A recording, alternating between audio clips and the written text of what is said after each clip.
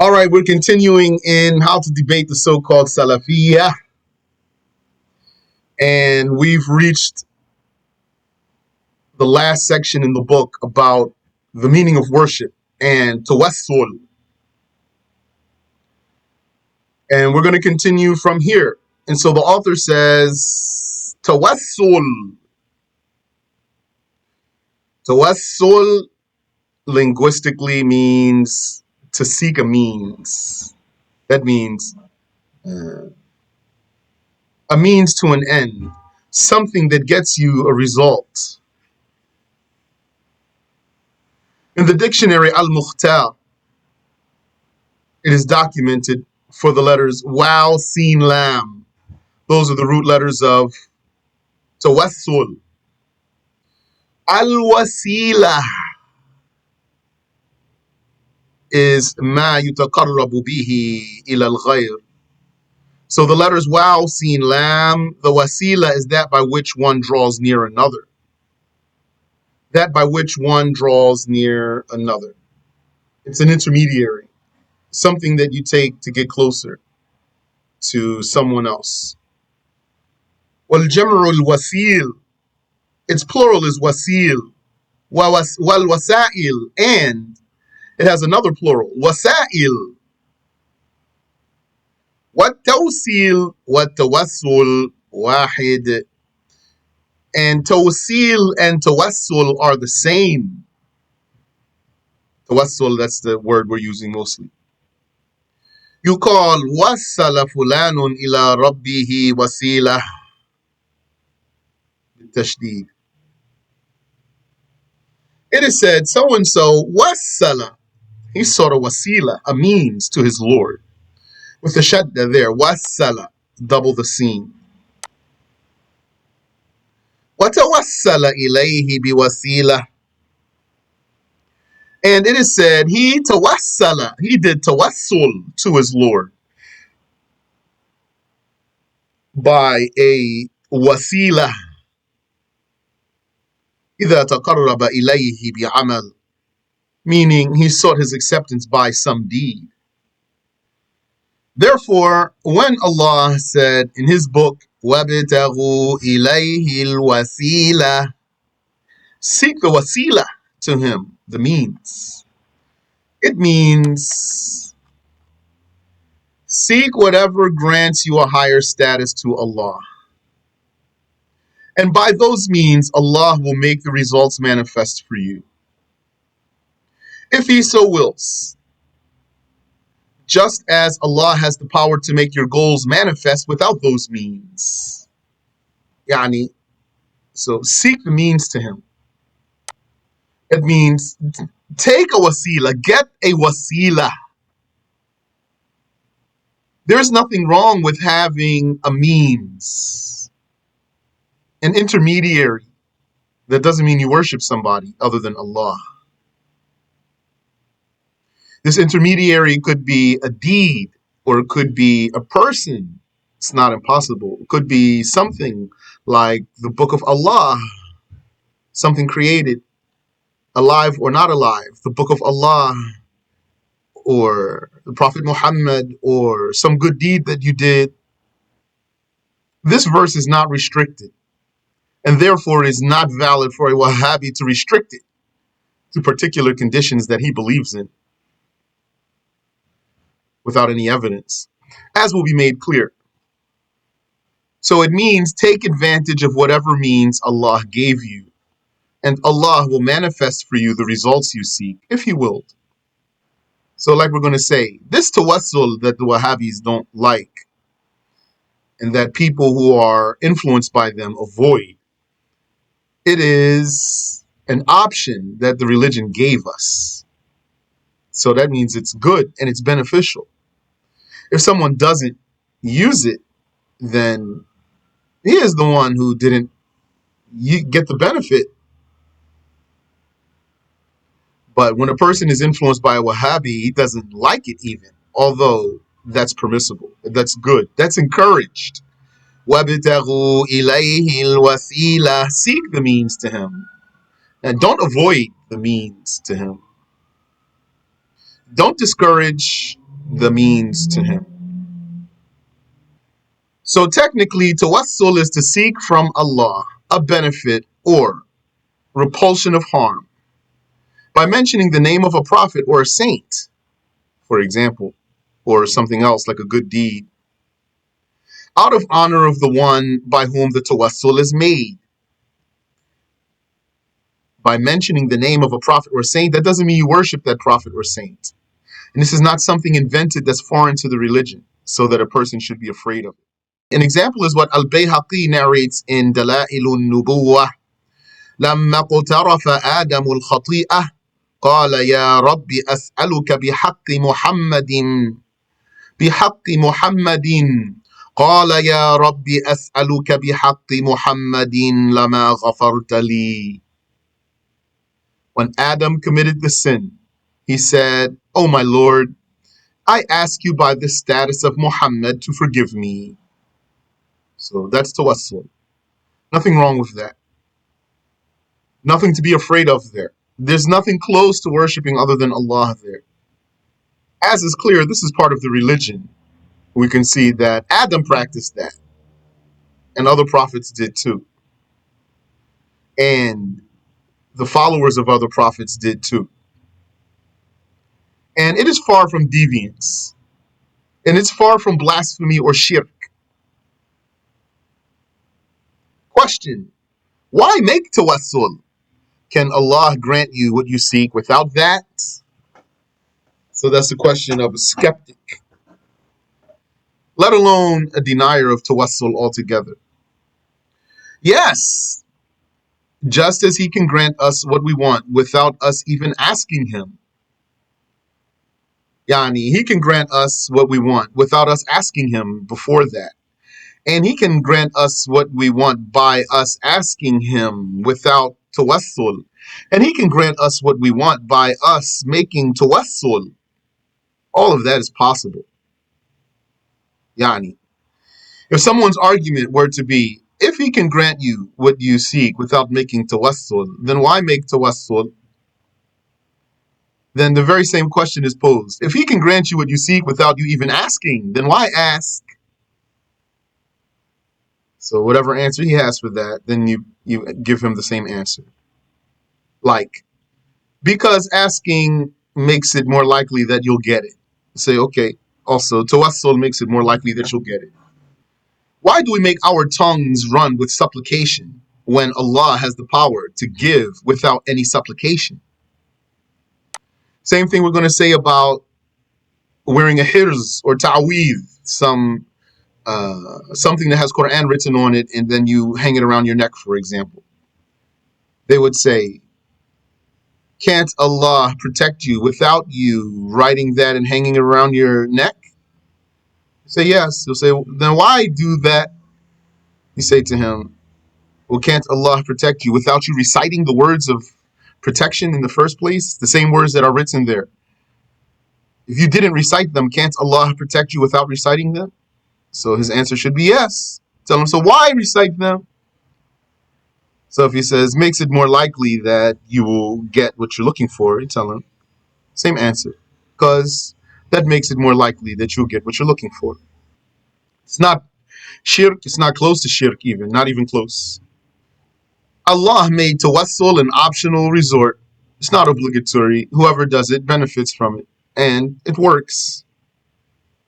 And whoever avoids it, then he is the one who misses out on the benefit. Allah made tawassul an optional resort like he made supplication by the tongue available for us to use. There's nothing wrong with it. And in fact, it is beneficial and helpful. Allah made the matters of life based on reasons and consequences. Although he has the power to grant us what we seek without us doing any deeds. And Nasafi stated our point in his tafsir, تقديم الوسيلة قبل طلب الحاجة أقرب إلى الإجابة. Advancing the wasila, the good deeds and offerings, that intermediary. Advancing the wasila before seeking the need makes it more likely for one to be answered. So, like, you do 2 rak'ahs and then you pray, or yani, you ask, or you give a charity and then you ask, or you say, "Oh Allah, by Muhammad, I ask," or the like. "Oh Allah, by this sin that I avoided, I ask you." All of that is a wasila. And Imam An-Nasafi, when did he or where did he state this fact here? He stated that fact in the tafsir of Surah Al-Fatiha when Allah said, "Iyaka na'budu wa iyaka nasta'een." You we worship, O Allah, and from you do we seek the help. He's saying, and Nasafi is saying, why was the worship mentioned before seeking the help? Because when you advance the good deeds and the offerings, when you bring the wasila first, when you advance this wasila, like the worship that you do, then it makes it more likely for you to be answered, which is the help you ask for. Iyaka na'budu wa iyaka nasta'een. You we worship, and from you we seek help. Allah made tawassul a means to get what we seek. Like the famous story of the 3 men who were trapped in a cave by a falling boulder. Each made tawassul by a good deed of his, and each time Allah moved the boulder a little, until after the last they were able to escape. We make tawassul not only by our good deeds, but also by what is better than them, what's better than our good deeds, the prophets and the saints. And not only during their lives, it's not restricted to them being alive, but even after their deaths. Like the Prophet ﷺ did when he said, Allahumma inni as'aluka bihaqqi sa'ilina alayk wa bihaqqi mamshaya hadha. O Allah, surely I ask you by the right of those who ask you, and by the right of this walking of mine. So here he asked by the askers, bihaqqi sa'ilin, by the right of the askers. That means by the status that those who ask you have with you, O Allah. I ask you by the status that those who ask you have. And he asked by his deed of walking. He said, As'aluka bihaqqi sa'ilin. I ask you by the right of the askers. Alayk wa bihaqqi mamshaya hadha. And I ask you by this walking of mine.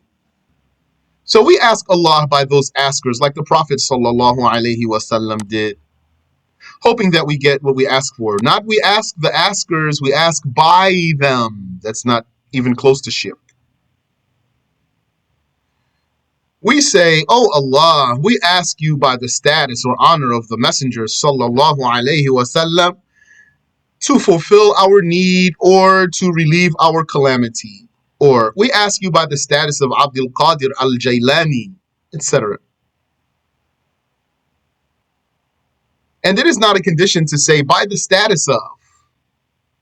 One can merely say, I ask you by Muhammad. There's nothing wrong with that, as will be seen. This is permissible and has only been forbidden by the Wahhabiyah. Thus, they have deviated from Ahlul Sunnah. They took that from Ibn Taymiyyah. The source of this trouble is Ibn Taymiyyah. Ibn Taymiyyah did a lot of trouble for Islam and for the Muslims. May Allah protect us. And now that you know what Tawassul is, let us take a deeper dive into the subject. There is no real evidence that Tawassul by the prophets and walis, saints, is forbidden, whether that were done in their absence or after their deaths. The Wahhabiyah have claimed that this is shirk if it were done in their absence or after their death. Some of them will say, Tawassul is shirk, period. Some of them will say, though they don't do Tawassul at all, it's shirk if you do it by someone who's absent or someone who passed away already. They say that this is shirk unless it's done under certain conditions. One is that the tawassul is done in the presence of that prophet or saint, and two is that they are alive when it is done. Therefore, they say that if the person you are mentioning in your tawassul is neither present nor alive, and they may add, and if you name them without saying by the status of, so you're just directly saying by Fulan, not by the status of Fulan, then you have worshipped that prophet or saint. That's Wahhabi belief. They say he must be alive and present. And you cannot ask by him directly, by his self, by his person. You have to ask by his status. That's what they say. That's part of the paranoia in their creed. Question: what is the evidence that the Wahhabis' conditions for tawassul are not needed? So someone asked us this. That's a fine question in itself. But a lot of times what happens is that the deviant person would tell someone something. And then instead of asking that deviant person, what's your proof? The one who heard that would go back to his teacher and say, what's the proof about what he said? The point being here, when you have the person right there in your presence, then he's the best one to tell you, Yani, what he thinks about something, or what's his opinion about something, or what's his proof about something. This is an important question whose answer is needed in all sorts of debate. And it was tackled previously in this book. You do not have to bring the evidence that these conditions are false. They have to bring the evidence that they are true. Don't you remember that the Prophet ﷺ said, Al-bayyinatu ala al-mudda'i, the burden of evidence is upon the claimer. So he made the claim in the first place, so he must bring the evidence. Not to mention that it is not permissible to make up conditions before that, though. So he made the claim, he has to bring the evidence. One of the tricks you need to avoid if you debate with someone is don't let them make you commit to a claim so that they can then argue with you based on some claim you made that they pulled you into. And really, it wasn't even your goal to make the claim. That's not your point. That's not what you came to debate about or to discuss. An example, someone wants to debate with another. A wants to debate B. B says, well, if I debate, I'm only going to debate using the principles of this booklet. Okay, that's your business. So then we come to the debate. Then the one who wants to use the booklet, he says to the other one, so this argument of yours, is it this type of argument or this type of argument based on what's in this booklet here?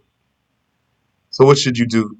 How should you answer that? You should say, if it were me, I'd say, whatever you want, for example, or I might say, I'm not even claiming that. That's not what I came here to discuss. How does my argument fit into the terminology of your debate booklet? That's not important to me. That's your problem. That's your issue. So what if you go a different way? What if you say, well, this argument of mine is this type?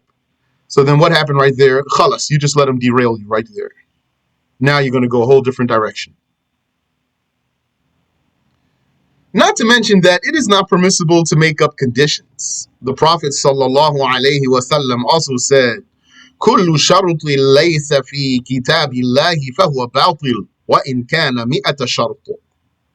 Every condition that is not in the book of Allah is invalid, even if it were 100 conditions. And being in the book of Allah means it's derived from the book of Allah. So that's not to say we don't have an answer for the falsehood of these conditions.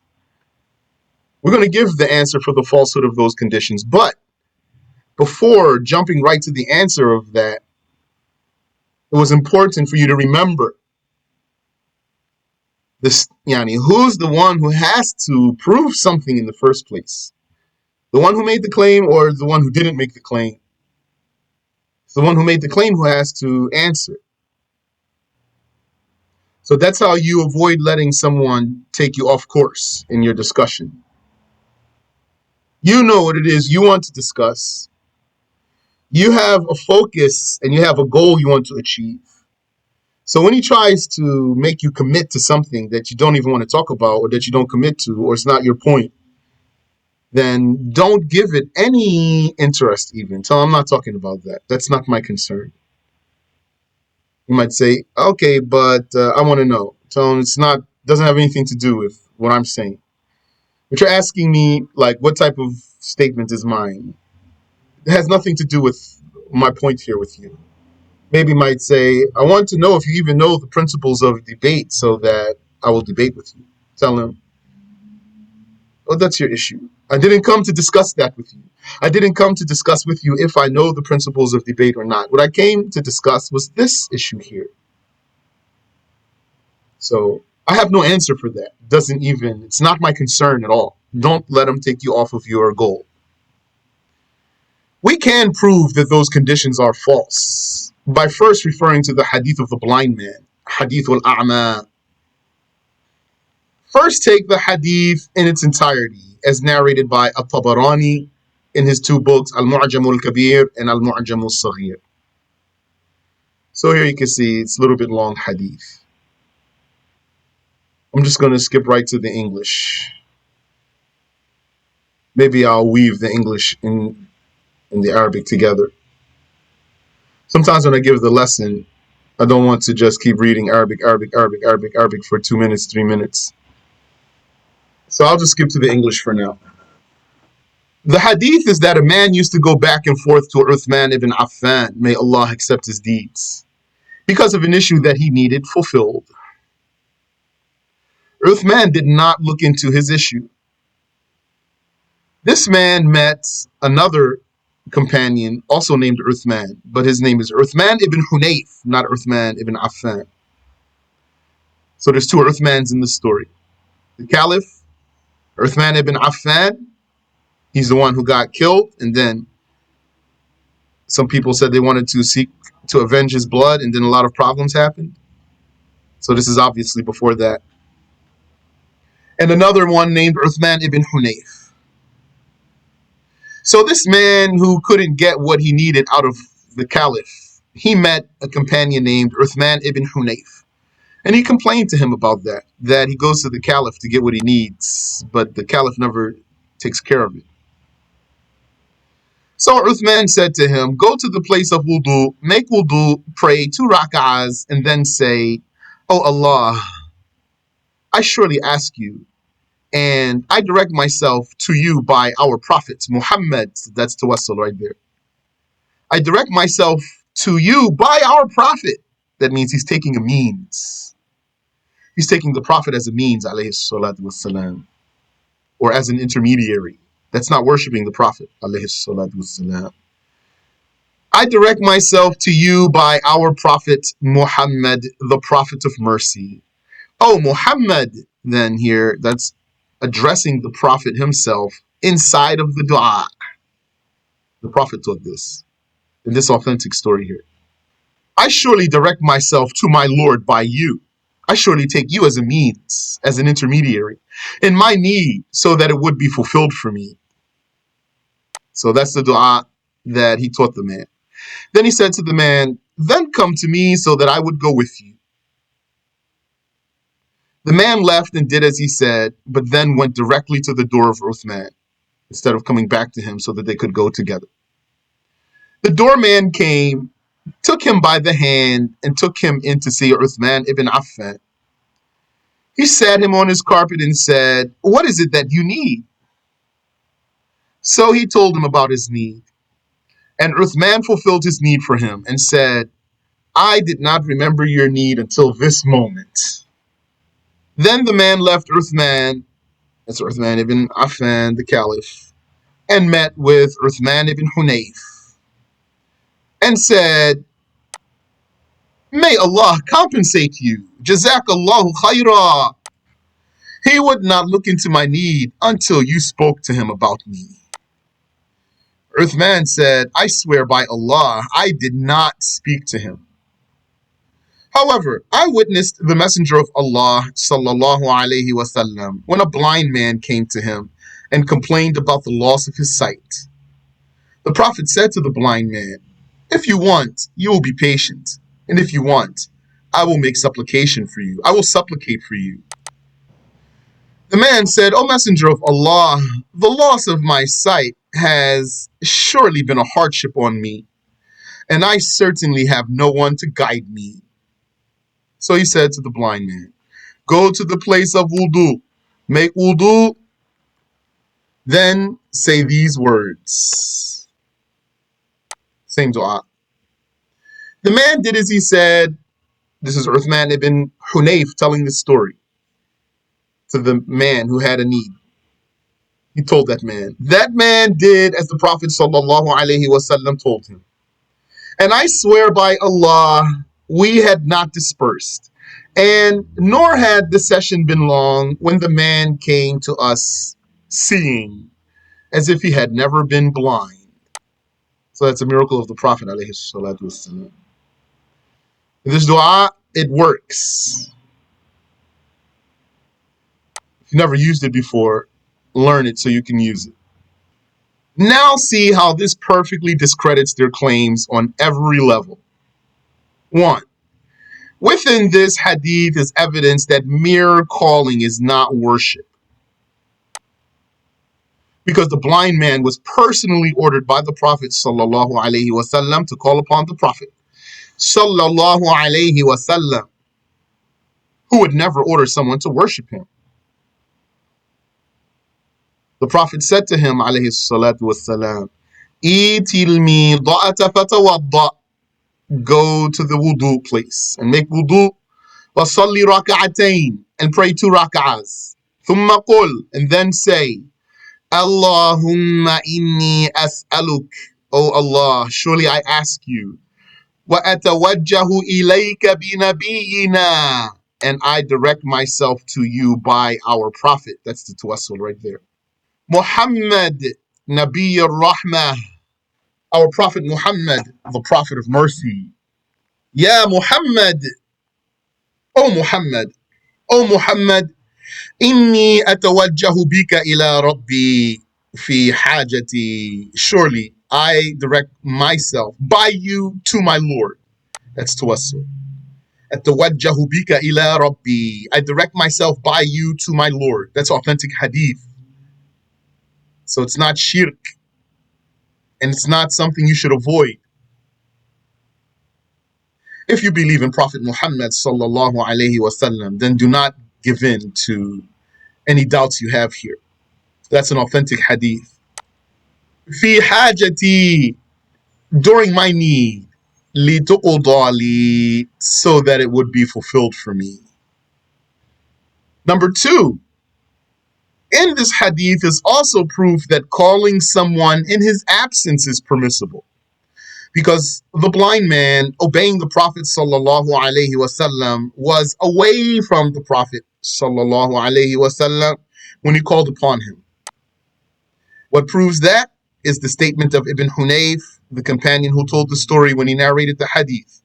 He said, فَوَاللَّهِ مَا تَفَرَّقْنَا, I swear by Allah, we had not dispersed. وَلَا طَالَ بِنَا الْمَجْلِسِ, nor had the session been long. حَتَّى دَخَلَ عَلَيْنَا الرَّجُلُ, when the man came to us. كَأَنَّهُ لَمْ يَكُنْ بِهِ ضُرٌّ قَطْ, or قَطْ, as if he had never been blind. when the man came to us seeing as if he had never been blind. So that means he went away. This means that he went away from the Prophet sallallahu alaihi wasallam as the Prophet ordered him, as the Prophet sallallahu alaihi wasallam instructed him in the supplication. And he said the supplication that contains calling on the Prophet, that one that the Prophet taught him, alayhi salatu wassalam, and then he came back. And 3, there is also proof that calling upon someone after his death is not worship, because the companions continued to teach the supplication after the Prophet's death, sallallahu alayhi wasallam, as Uthman ibn Hunayf did. Also, the hadith scholars continued to narrate the supplication without forbidding the people from applying it after the death of the Prophet, sallallahu alayhi wasallam. So then that's when the Wahhabi is going to repeat his question. Why make tawassul? Isn't it enough for you just to ask Allah? So you say to him, don't be hard-headed. Listen to what you're being told. This is something that came in the religion. It is a permissible option for you. It is an option that Allah gave you. You don't have to do it. But if you don't take advantage of it, then you are the one who misses out on its blessings. You are the one who misses out on its advantages. But if you don't like it also, then you are the one who has a sickness in his heart. You don't really believe in, you don't have a perfect faith. Because the Prophet sallallahu alaihi wasallam said, لا يؤمن أحدكم حتى يكون هواه تبعا لما جئت به. The faith of one of you is incomplete until his desire follows what I came with. So this is something that the Prophet came with. So you should not have an aversion to it in your heart if you believe in Prophet Muhammad sallallahu alaihi wasallam. Ibn Taymiyyah was the first to prohibit making tawassul by the Prophet, as mentioned by Taqiyuddin as-Subki in his book Shifa'u Saqam. He said, and I'll just read the English here, know that it is permissible and good to make tawassul and to seek help, isti'ana, and to seek intercession, to shafwa. Those 3, they're all the same thing. He just mentioned the same thing with various words. It is permissible and good to make tawassul, to seek the means, and to seek help, that's seeking a means, and to seek intercession, that's seeking means, by the Prophet sallallahu alaihi wasallam to one's Lord, the glorified and exalted. The permissibility and goodness of that is known by every religious person. It is known by the doings of the prophets and messengers because it's part of the religion. It's not new. It's not something special or particular to the nation of Muhammad sallallahu alaihi wasallam. In the biographies of the righteous Salaf, it's also known by that. And no one has denied that from any religion. No religion said this tawassul is a bad idea. And the denial of it was never heard of at any time in history until Ibn Taymiyyah came and spoke about it with speech by which he fooled those who are weak and inexperienced, yani gullible. Those who are weak and gullible, naive, trusting, over-trusting, that is. He innovated what was not preceded before him at any time in history. What a bad thing to do, to innovate something that nobody ever did before in history. A bad thing, I mean. And be mindful about being gullible. Even your beloved teachers, what you should do is always be concerned for yourself. Even when you have sheikhs and teachers that you love very, very, very much, remember that they could make a mistake. It's possible they'll tell you something that's wrong answer, for example. So always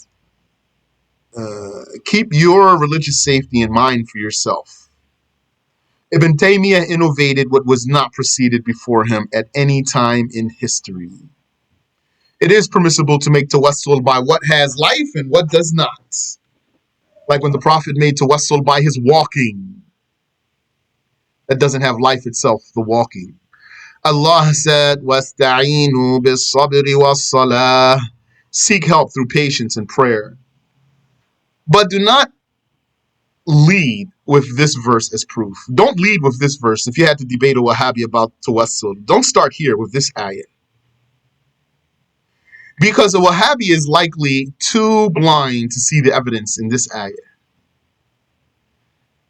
So if you want to be a good defender of the religion and debate well, you need to be able to weigh proofs. And what I mean is you need to be able to see which proof is clearer than the other one, so that you start with the stronger proofs, and so that you bring the stronger proofs and you don't bring the weaker ones. The validity of tawassul by the prophets and the pious, and by what is alive and what is not alive, is in the well-known aforementioned hadith narrated from the route of Abu Sa'id al-Khudri. إِذَا خَرَجَ الرَّجُلُ مِنْ بَيْتِهِ إِلَى الصَّلَاةِ.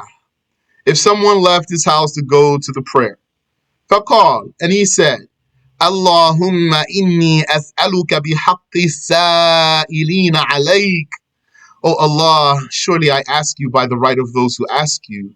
Wa bihaqqi mamshaya hadha, and by the right of this walking of mine, etc. The prophets and the pious are among those who ask Allah. So it is lawful to make tawassul by them. This hadith promotes the meaning, I ask you by the right of the prophets and by the right of the walis, without restricting that to them being alive or not. By the right of means by the status that they have with you, O Allah.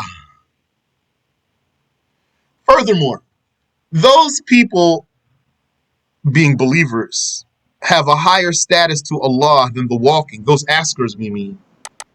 Those askers, being believers, have a higher status to Allah than the walking. So if it is permissible to make tawassul by the act of walking to the prayer, which is not something living, it is permissible to make tawassul by the prophets and the pious people, whether living or not. Yani for something to be alive is not a condition for the tawassul to be permissible. We have already presented the tawassul of Adam, his tawassul by Prophet Muhammad sallallahu alayhi wa sallam as an example. لما اقترف آدم الخطيئة قال يا رب أسألك بحق محمد لما غفرت لي. When Adam committed the sin, he said, "Oh my Lord, I ask you by the status of Muhammad to forgive me." If making tawassul by someone who is not alive is shirk, then according to the Wahhabis, Adam, the father of men, along with the four Imams who mentioned the calling of the Prophet in the tawassul, Adam would be a mushrik along with them, according to the Wahhabis. Because Adam made tawassul by the Prophet, although he was not alive, alayhi salatu wassalam, because that was before he was even created, so he wasn't alive. So they don't have evidence that you can't make tawassul by someone who's not alive. Let us see what other names will join this Wahhabi mushrik list. We have here Adam, according to them, he would be a mushrik for this dua. And the four Imams, they would be mushrik because they include in the tashahhud, Assalamu alayka ayyuhan nabi. Peace be upon you, O Prophet. And what would Wahhabi say about this, by the way? He would say, this is the tashahhud. In the tashahhud, you have sending salah and salam on the Prophet sallallahu alayhi wasallam. There's no problem. So you say to him, but it has also what? Calling the Prophet after his death. What do you say about calling the Prophet after his death? What do you say about calling on or calling upon the Prophet after his death? So when you put it that way, then the Wahhabi, he might go silent. Or he might play word games with you. But most likely he won't admit that calling someone who already died is not shirk. Question. Had tawassul by the Prophet sallallahu alaihi wasallam after his death been permissible, would Umar ibn al-Khattab have abandoned that to make tawassul by Al-Abbas? This is a Wahhabi question. This is a question a Wahhabi will ask you when he thinks that he has knowledge and he thinks he has comprehension. And he thinks he's clever. So this is an authentic story here. When Umar ibn al-Khattab made tawassul by Al-Abbas, not by the Prophet sallallahu alaihi wasallam. So the Wahhabi would say, had it been permissible, Umar wouldn't have left out doing that by the Prophet for someone who's inferior to the Prophet alayhi salatu wassalam. That's their argument, which is a fallacy. Umar did not leave out tawassul by the Prophet sallallahu alaihi wasallam because the Prophet died. In fact, had the Wahhabi understood that text at all, he would have never submitted it as evidence. This story, he would have never submitted it as evidence. Yani, he would have never argued by it had he understood it, what it really means. Had he understood what it really means, because the answer is contained in the story, but he missed it like usual. Al-Abbas himself gave the reason for why they made tawassul by him instead of the Prophet sallallahu alayhi wasallam, when he said, Allahumma inna al-qawma tawajjahu bi ilayka limakani min nabiyik. Oh Allah, certainly the people have directed themselves by me to you because of my status to your prophet. He did not say, because your prophet died. He said, because of my status to your prophet.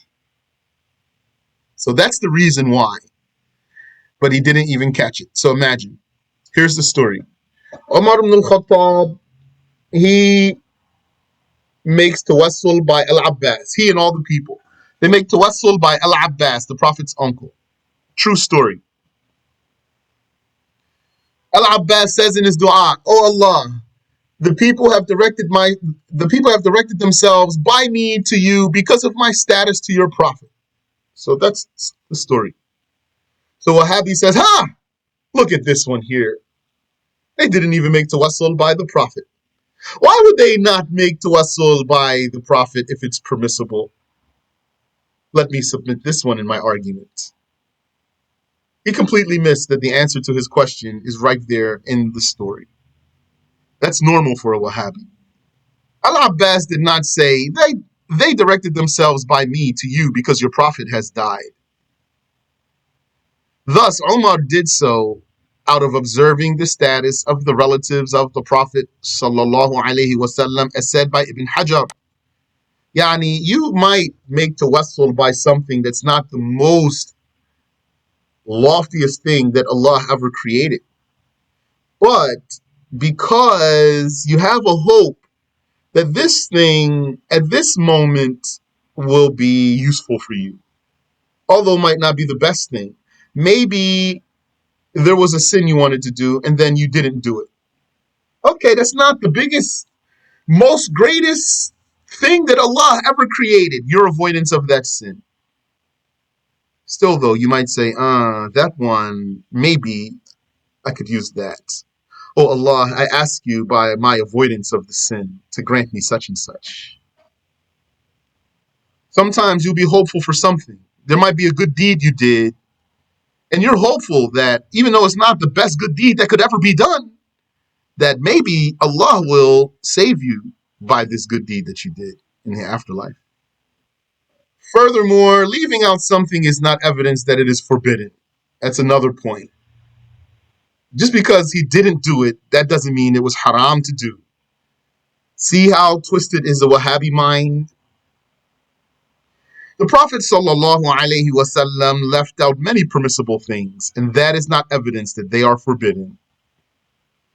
Umar wanted to clarify the permissibility of making tawassul by other than the Prophet ﷺ, and that is why Ibn Hajar said after narrating this story, Among the benefits taken from the story of Al-Abbas is the recommendation of seeking intercession by the people of goodness, piety, and by the family of the Prophet, Ahlul Bayt. No one who knows how to argue said that this story proves that tawassul by the Prophet after his death is forbidden. Wallahu ta'ala a'lam. Allah knows best. We'll stop there. Do you have any question I can answer for you? Assalamu alaikum, Sheikh. Wa alaikum assalam wa rahmatullah. Have you ever, with the proof that you're showing right now, Yeah. these basic proofs, like the ones Prophet Adam alayhi salam said about the Prophet, about asking Allah to forgive him for that sin he had committed by by Muhammad sallallahu alaihi wasallam. Yes. That proof, have you ever used that proof, which is, to me, it seems so simple that nobody still didn't get it? The Wahhabi? I don't remember using that proof, but what I heard from people who do is that the Wahhabi will challenge the authenticity of the hadith. It's a confirmed hadith, though. Barakallah, I got it. Ameen wa feek.